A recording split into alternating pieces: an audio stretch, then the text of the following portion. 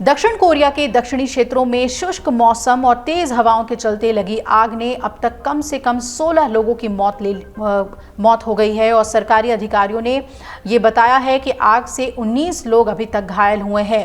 अंडोंग शहर और अन्य दक्षिण पूर्वी कस्बों के अधिकारियों ने मंगलवार को लोगों को अपने घर छोड़ने का आदेश दे दिया है, क्योंकि अग्निशामक जल शुष्क हवाओं के कारण कई क्षेत्रों में लगी आग को बुझाने की कोशिश कर रहे हैं।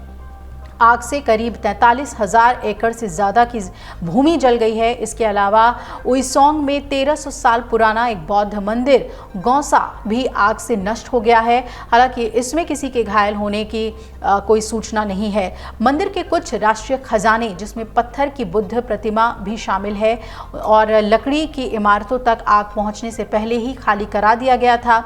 दक्षिण कोरिया के आंतरिक और सुरक्षा मंत्रालय के मुताबिक अंडोंग, उइसोंग, सांचोंग और उल्सान शहरों में 5,500 से ज़्यादा लोगों को अपने घरों से बाहर निकलने के लिए मजबूर होना पड़ा।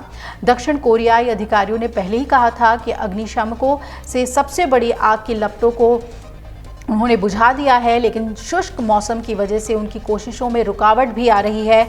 आग फिर से फैल जा रही है। इस आग को बुझाने के लिए लगभग 9,000 अग्निशामक, 130 से ज़्यादा हेलीकॉप्टर्स और सैकड़ों वाहन तैनात किए गए हैं, लेकिन हवाओं के तेज़ होने से रात भर आग बुझाने के लिए किए गए प्रयास आंशिक रूप से रुक गए, जिसके चलते एंडोंग और उइसोंग काउंटी के अधिकारियों ने कई गाँवों और एंडोंग विश्वविद्यालय के आसपास के निवासियों को सुरक्षित जगहों पर अस्थायी शेल्टर होम्स में जाने का आदेश दिया। इनमें स्कूल और इंडोर जिम भी शामिल है, क्योंकि उइसोंग में लगी आग तेज हवाओं के कारण फैलती रही।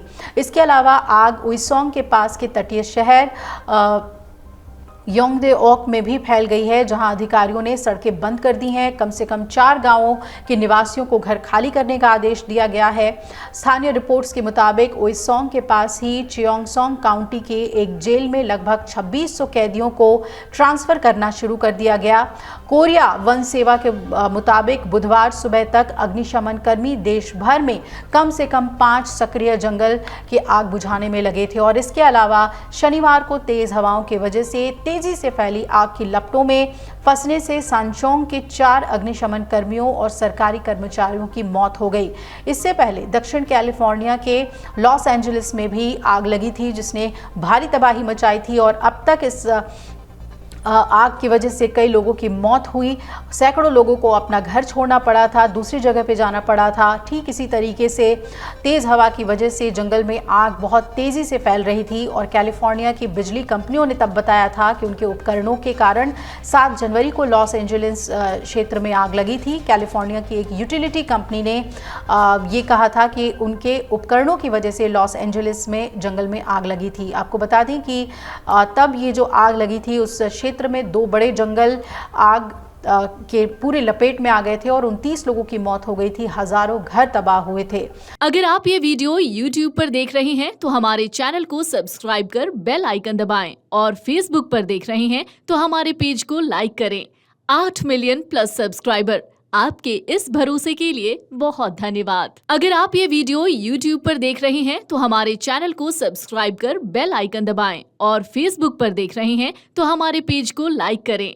8 मिलियन प्लस सब्सक्राइबर, आपके इस भरोसे के लिए बहुत धन्यवाद। अगर आप ये वीडियो YouTube पर देख रहे हैं तो हमारे चैनल को सब्सक्राइब कर बेल आइकन दबाएं, और Facebook पर देख रहे हैं तो हमारे पेज को लाइक करें।